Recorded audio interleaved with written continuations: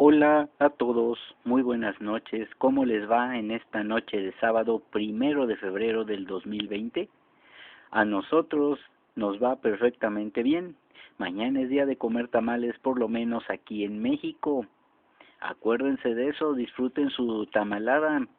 Como decía Pánfilo en la canción de La Tamalada, ¿se acuerdan de esa canción? Bueno, pues yo, Eric León Gatos Airets y la sombra felina nocturna, que hoy no se ve muy cooperativa porque está en un estado de contemplación, sí, del foco, el único que sabe hacer. Ya ven, ni siquiera me contesta, vamos a dejarla así. Bueno, vamos a seguir grabando ahora la serie de lo que es Enigmas de las Ciencias Ocultas, pero en su serie de lo que es experiencias paranormales. Ayer les estaba yo grabando lo que es en sí un pequeño diccionario acerca de términos paranormales para que podamos entender un poco aquello de lo cual vamos a tratar en los siguientes videos, porque este también es una serie. Sí, aún les debo la serie de los grandes enigmas del esoterismo, digo, del ocultismo, pero se los voy a grabar, ya saben que siempre lo hago. Muy bien, vamos a ver. Nos quedamos en que íbamos a hablar sobre lo que es la Ouija. Ya habíamos hablado, ¿verdad? En lo que era la Ouija. Muy bien.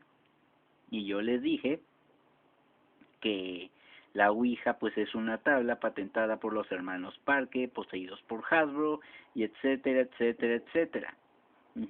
Que para eso también pueden utilizar pues un tablero fabricado por uno mismo y una copa como indicador. En fin, son muchas más las cosas que se pueden hablar acerca de la Ouija, pero en este caso no lo haremos. Vamos a seguir ya con el siguiente término, que se llama neumatografía, con P. Neuma, que significa la escritura directa del espíritu sin ayuda del medium. Para que esto ocurra, hay que dejar un objeto perteneciente al difunto en un lugar solitario y poner una hoja de papel en blanco. El espíritu escribirá su testimonio. No confundir con lo que se llama la escritura automática.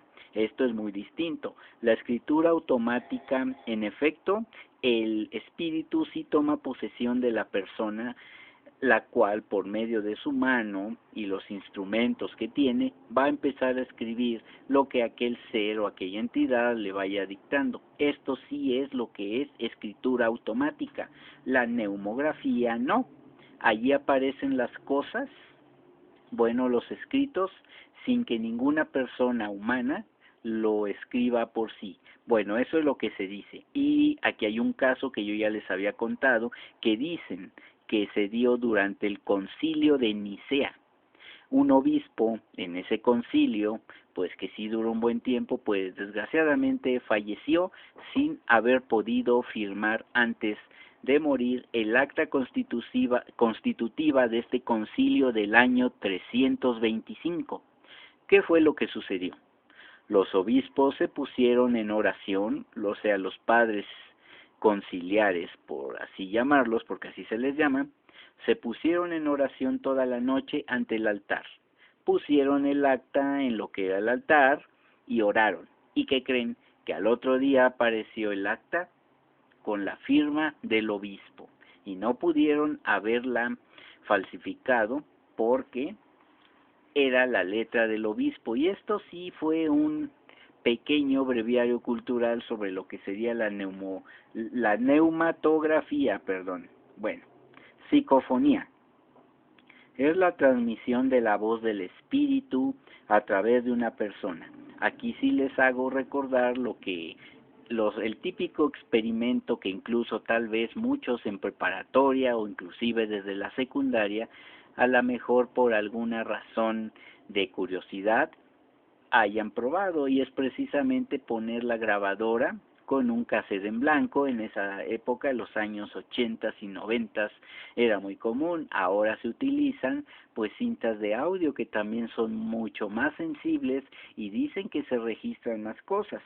Se sigue haciendo así, y pues obviamente también se llegan a recibir cierto tipo de palabras, cierto tipo de mensajes, pero yo en lo personal no les recomiendo que los hagan si no tienen ya una preparación muy aguda, pero muy grande dentro de lo que son las ciencias ocultas. Aquí sí les pido también calma y seriedad. Y vamos a hablar del siguiente término, Salem, en Massachusetts. ¿Qué sucedió allí? Bueno, pues este es un pueblo de la costa atlántica de Massachusetts, notablemente popular por los ensayos de brujería que ocurrieron allí en 1692. Durante estas ceremonias murieron 24 personas, 19 de ellas ejecutadas en la horca, incluyendo hombres y mujeres. La mayoría de estas personas probablemente no estaban ni siquiera en esos lugares, pero los ciudadanos cayeron en la histeria colectiva. Mucho se ha escrito sobre estos ensayos, incluso la obra clásica de Arthur Miller llamada El Crisol y la novela clásica de Nathaniel Hawthorne llamada La Casa de las Siete Gables, no sé qué sea un gable, ya se me olvidó, perdón por esto, The House of the Seven Gables. Hoy Salem es una especie de meca para los turistas y allí existen varios museos, incluso el Museo de las Brujas de Salem y el Museo del Calabozo de las Brujas. Bueno, el Peabody Essex Museo aloja más de 500 documentos originales y muchos adornos macabros de los ensayos. Bueno, también se puede visitar la casa del magistrado John Corwin, ahora conocida como la Casa de la Bruja, así como el cementerio de Punto Viejo, o contratar a uno de los muchos guías existentes. Finalmente, el pueblo de Salem recomienda su visita si ustedes quieren aprender todo sobre la brujería, organizando congresos y actividades sobre magia negra y blanca, los días que rodean a la víspera de Todos los Santos. ¿Cómo ven? Satanás o Satán. Se trata del ángel díscolo e instigador del mal en el cielo, hasta el punto en que tuvo que ser expulsado de allí, estableciéndose ya por los siglos de los siglos en el infierno. Ahora ya sabemos que Satán es un ser maligno, tentador, mentiroso y la causa de todos nuestros males, a quien teme a San Miguel y a todos los ángeles custodios, lo que nos deja poco margen para asumir nuestros propios errores y responsabilidades. No del todo. Dentro del esoterismo sí, pero dentro del cristianismo no. Porque como vemos, Él es un ser tentador. Ya está en nosotros por el libre albedrío saber si le hacemos o no le hacemos caso. Pero bueno, aquí también vendría otra situación más filosófica que otra cosa. Pues la Iglesia siempre ha dicho que aquel que vive en el pecado es esclavo del pecado y tiene el entendimiento cerrado a las cosas del Señor. Por eso es de que muchos dicen que en el pecado no hay realmente un libre albedrío. Bueno, eso ya sería exagerando, pero en fin. Se dice que este ser tiene poderes extraordinarios y que solamente Dios le puede vencer, que su morada se encuentra en la atmósfera interior, en el seno de la tierra, sin que sepamos la causa por la cual no eligió vivir en un planeta o nube. Bueno, ya sabemos que en 2 Corintios 4:4 se dice que Satanás es el Dios de este mundo, Dios con D minúscula. Así que Él es el que va a gobernar hasta que Jesucristo venza al mal y Dios nuestro Señor, Dios Padre, ponga a este ser bajo los pies de Jesucristo. Recuerden que la Biblia dice en Génesis 3:14 al 15 que la mujer le aplastará la cabeza a Satanás. Esa mujer sí es la Virgen María, y lo vuelve a decir Apocalipsis 12. Pero en fin, este es el maligno que tantos problemas tiene, un único diablo y muchos demonios, todos los seres a los que arrastró la tercera parte de los ángeles. En fin, sigamos con el siguiente término, sematología. que se refiere a golpes, movimientos o señales de naturaleza diversa utilizadas por el espíritu para dejar constancia de su presencia. Aquí entran también los famosos raps que las hermanas Fox oían cuando contactaban con la supuesta entidad que vivía en su casa. ¿Se acuerdan cómo decían las Fox? Señor Pata de Cabra, dinos si estás aquí. 2 golpes para sí y 3 golpes para no. Hasta la luz se bajó. Sigamos adelante con el siguiente término. Telepatía. Fenómeno psíquico que consiste en la coincidencia de pensamientos o sensaciones entre personas generalmente distantes entre sí, sin el concurso de los sentidos, y que induce a pensar en la existencia de una comunicación entre los cerebros de índole desconocida. También se denomina así a la transmisión de contenidos psíquicos entre personas, sin contacto con agentes físicos conocidos. Y aquí sí, muchas veces hay que tener cuidado entre lo que es la telepatía para averiguar algunas cosas de la persona que va a consultar, por ejemplo, a un vidente, a alguien que lea el tarot o algún tipo de mancia.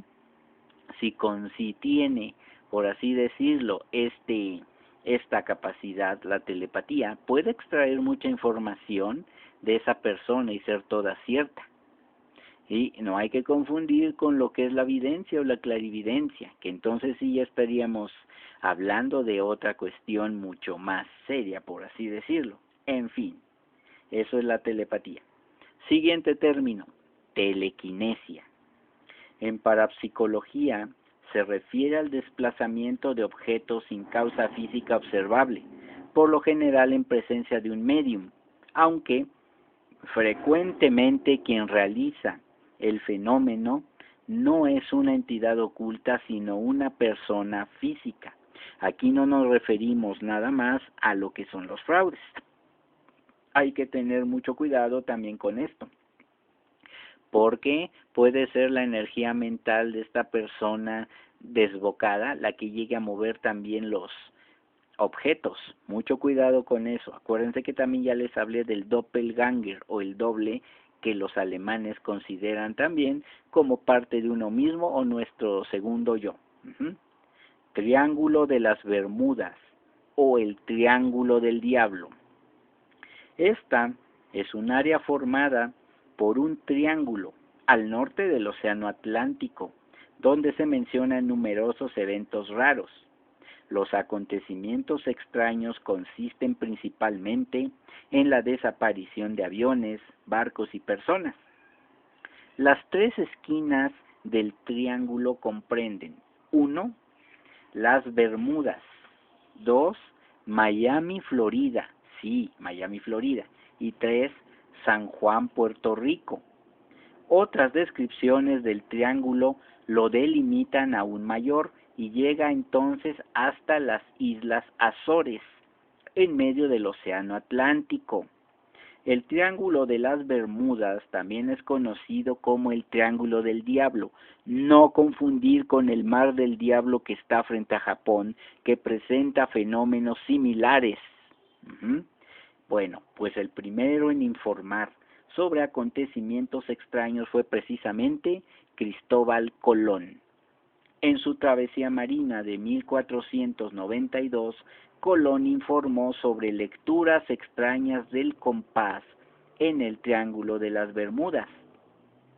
Un poco antes de que tanto él como su tripulación vieran una luz misteriosa y una llama de fuego en el cielo. Fíjense desde cuándo hay este tipo de avistamientos, este tipo de cosas raras que hasta ahorita no han podido ser explicadas. Que me expliquen entonces qué buque de la Marina de Estados Unidos había en esa época, o qué aviones. No había nada de eso.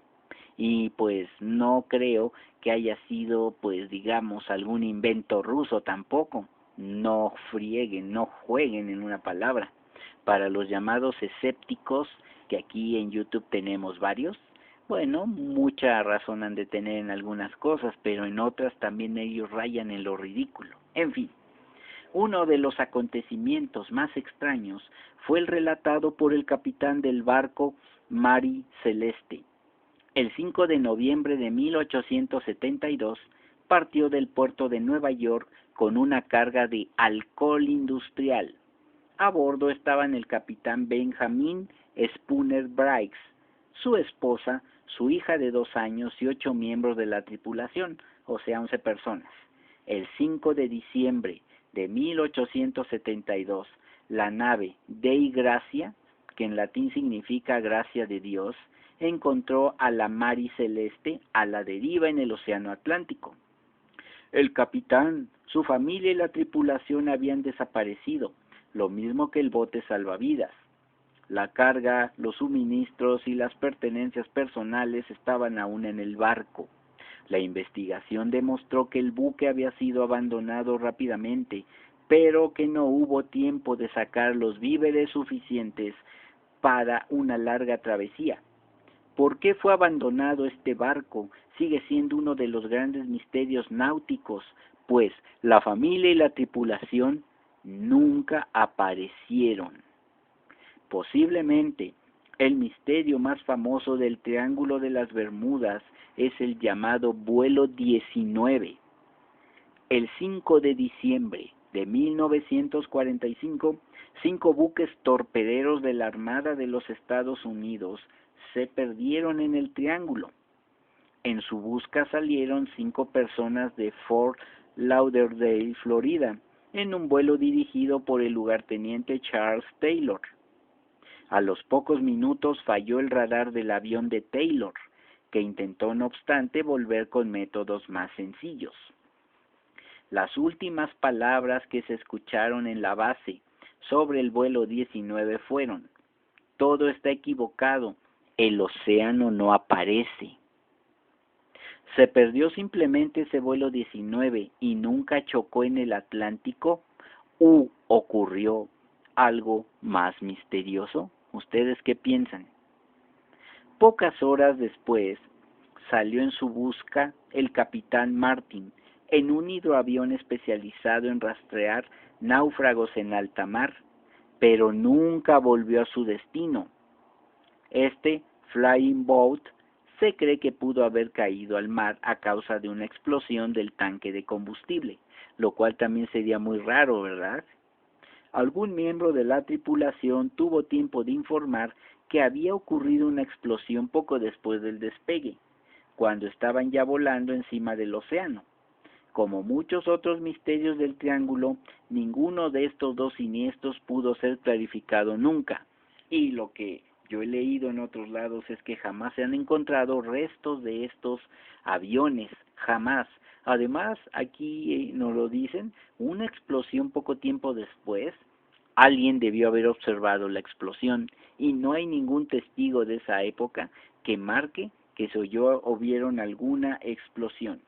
Pero en fin, algunas personas creen que el Triángulo de las Bermudas es un centro de actividad de ovnis y piensan que lo que realmente ocurren son raptos por extraterrestres.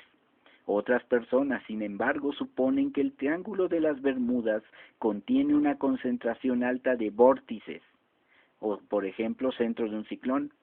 Estos vórtices podrían ser entradas que transportan los aviones perdidos, los envían a otros tiempos y lugares.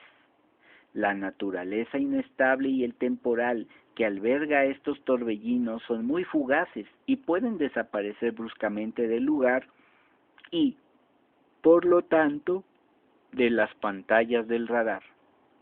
Los escépticos señalan que el área del Triángulo de las Bermudas es bastante grande.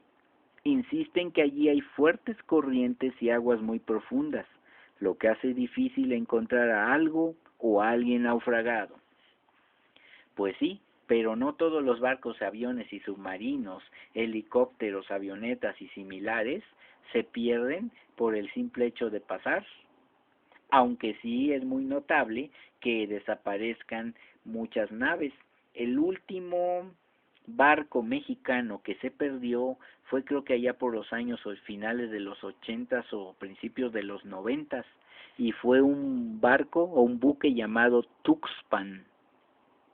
Eso sí, hasta en las noticias de Canal 2 salió, no me acuerdo si con Lolita Ayala o con Jacobo Zabludovsky, pero salió en las noticias, yo todavía me acuerdo. Pero en fin, vamos a ver el siguiente término. OVNIs, UFOs en inglés, que es Unidentified Flying Objects, o los objetos voladores o volantes no identificados. Se han visto muchos objetos volantes no identificados en los cielos durante siglos. Estos pueden ser naves especiales de otros planetas o procedentes de otras dimensiones, pero con frecuencia pueden ser nubes lenticulares, globos meteorológicos, gases de pantano, el planeta Venus o aviones de pruebas.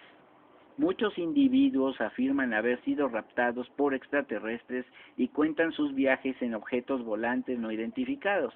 O también puede ser mi gato que anda volando en sus viajes astrales, o puede ser la suegra de muchos de ustedes que agarró su escoba esa noche y salió de fiesta. En fin, los ovnis frecuentemente se mueven rápidamente, son luminosos, redondos o con forma de disco, y en ocasiones se han visto con formas triangulares.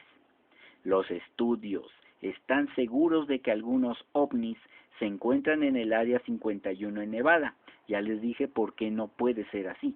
Especialmente uno que chocó en 1947 en Roswell, Nuevo México. Tampoco está ahí.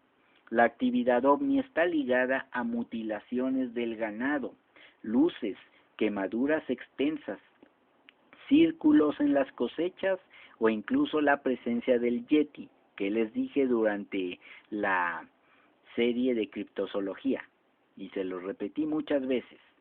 Aunque se conservan varias fotografías de estos objetos volantes, otras muchas son solamente bromas o deseos de lucrarse económicamente. Sí, yo también lo entiendo y así lo creo.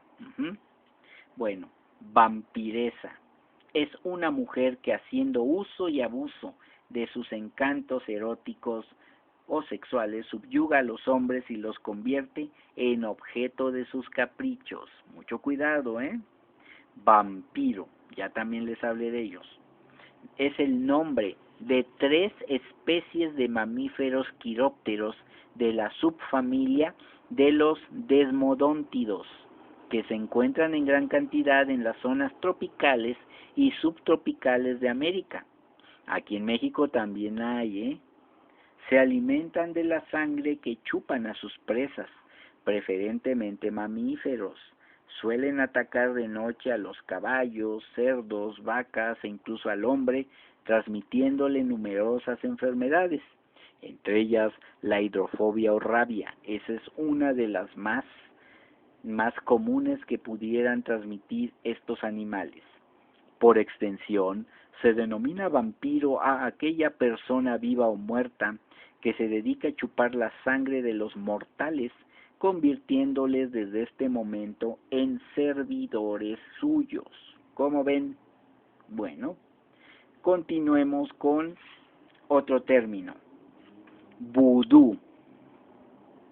Curiosamente, la palabra vudú proviene de Boundon, que significa Dios en la lengua Benín o en la lengua del país de Benín, aunque también pudiera ser una deformación del término vodún, que se refiere a todo lo fantasmal. El vudú insiste en la existencia de un mundo invisible a nuestro alrededor, tal como la película Resonator describió perfectamente, aunque explican que allí viven también seres como nosotros en un universo paralelo, pero compuestos de materia espiritual. En esencia, nos hablan del mundo de los difuntos que pululan a nuestro alrededor sin que ellos ni nosotros podamos mezclarnos, aunque en determinadas circunstancias los espíritus pueden cruzar esta barrera para ejercer su influencia. Aunque creemos que las ceremonias del vudú se efectúan siempre para hacer daño a alguien, la mayoría de las veces lo hacen para ponerse en contacto con los loas, habitantes de ese mundo paralelo, pues los necesitan para que les ayuden en sus problemas y para que actúen como intermediarios con el Creador. Una vez establecido el contacto durante una ceremonia, los loas o las loas emplearán diversos procedimientos para comunicarse con los humanos, especialmente durante el sueño, aunque en ocasiones también se aparecen durante las ceremonias. El problema es que también se les convoca para fines maléficos, como matar a alguien o provocarles desgracias. ¿Cómo ven, mis queridos felinos nocturnos, cómo van estas situaciones?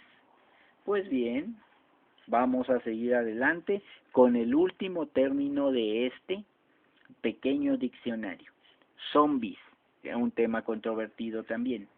Ahora para la gente la palabra zombie se emplea más acertadamente, pues se dice de quien anda como dormido, aunque en Haití se sigue empleando para aquellos que se creen ser muertos vivientes y para los niños que mueren antes de ser bautizados. No obstante, el miedo a que los muertos salgan de sus tumbas vistiendo sus harapos y mortajas sigue presente, y hay pocas personas que se atrevan a entrar solas de noche y con luna llena en un cementerio. Solamente el alcohol y la compañía de otras personas les podrá infundir el valor necesario para hacerlo.